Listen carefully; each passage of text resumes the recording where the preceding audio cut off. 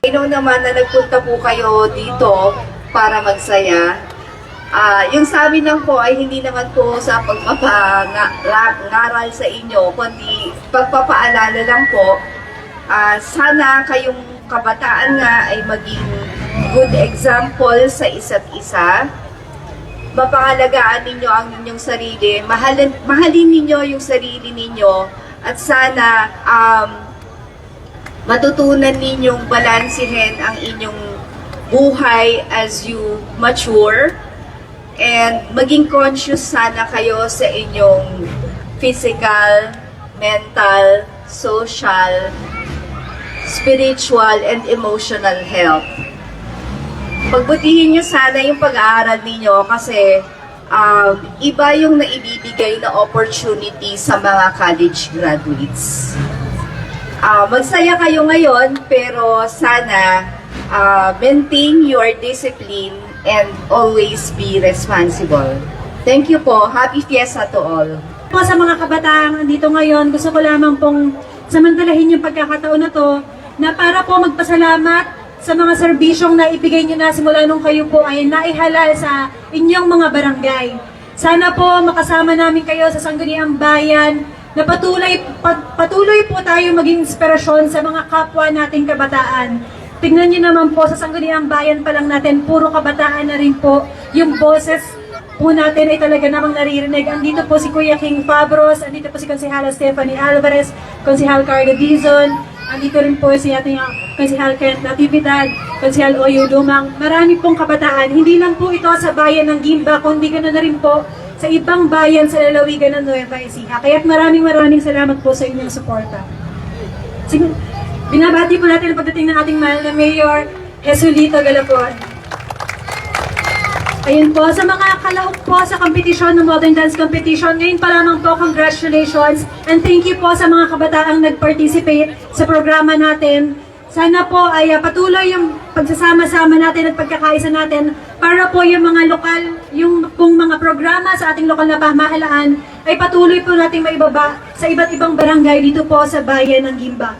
At bago ko po tapusin ang aking pananalita, nagpapaabot po ng pagbati ang ating Congresswoman at Nika Swansing, ganoon din po ang ating Congressman JP Padiernos at po ang kanyang anak, Attorney JP Rurik Padiernos. Ganon din po ang ating dating mayor na ngayon po ay First District Board Member na ng ating lalawigan, Mayor Bukal Bopet Dizon po. At syempre po ang nakakamiss po sa bayan ng Gimba, ang ating Mayor Boyito Dizon. Pinapaabot din po ng ating ABC President Bonbon Dizon ang kanyang pagbati sa lahat po ng kabataang narito ngayon. Muli po, maraming salamat sa inyong lahat and good luck po. Halos isang dekada na po ang nakalipas noong last po na nagkaroon ng SK Night at ngayon po apakaganda na naisabay pa sa Modern Dance Competition. Palakpakan na uli natin si SK dahil ipinaglaban niya sa konseho na magkaroon uli ng SK Night. Ala ata yung mga kabataan, di ko naririnig pumapalakpak. Asan po kayo? Salamat po.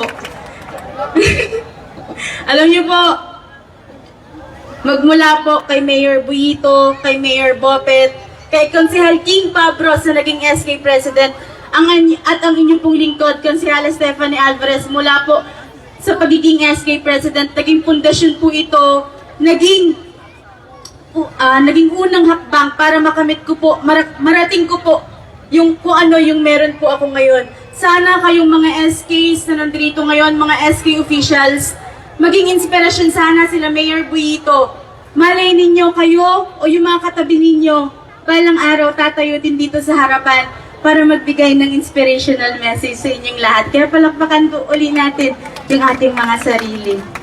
Yun lamang po, hindi ko napapakahabain pa. Mag-enjoy kayo ngayong gabing ito dahil ang gabing ito po ay para sa mga kabataan. Mabuhay po ang mga kabataan ng bayan ng Gimba. Magandang gabi po sa inyong ulit lahat.